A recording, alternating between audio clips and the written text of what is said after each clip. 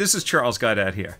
Now, in a prior video, we talked about the power of creating a niche. So today, I want to discuss a little known fact about establishing a niche that most people overlook. Now, for starters, a niche isn't just saying, for example, say, I'm going to target doctors, or even more specifically, I'm going to target chiropractors.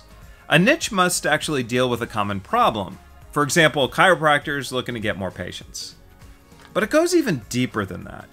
And here's the important takeaway from this video. You see, once you've selected your market and the problem that you're going to solve, before you put your stake in the ground and you claim that as your niche, I want you to ask yourself, is this a problem that I identified something that's either urgent or is it nice to solve? You know, for example, let's say you have a bleeding neck. I mean, is this condition something that you would say is urgent or is it nice to get fixed? Sure, if your neck is bleeding, you're going to go right down to the ER and you're going to get it fixed regardless of what it costs. But let's say you've got the start of, say, a hangnail. Now, you might take your time. Perhaps if you're paying for it out of pocket, you might call a few doctors and get a few quotes.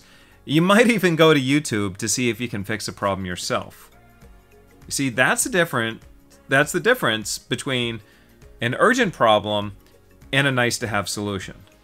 So right now, I want you to think about the problem that your business is solving right now. And on a scale of 1 to 10, 10 being the most urgent, how important is it to your ideal prospect to get that fixed right now? If you give yourself a score of anything, say, under 7, that means your product or service is nice to have. Anything above a 7, now you're in the need to have category. You see, the closer you are to a 10, right, the easier it's going to be for you to sell, and the shorter the buying cycle.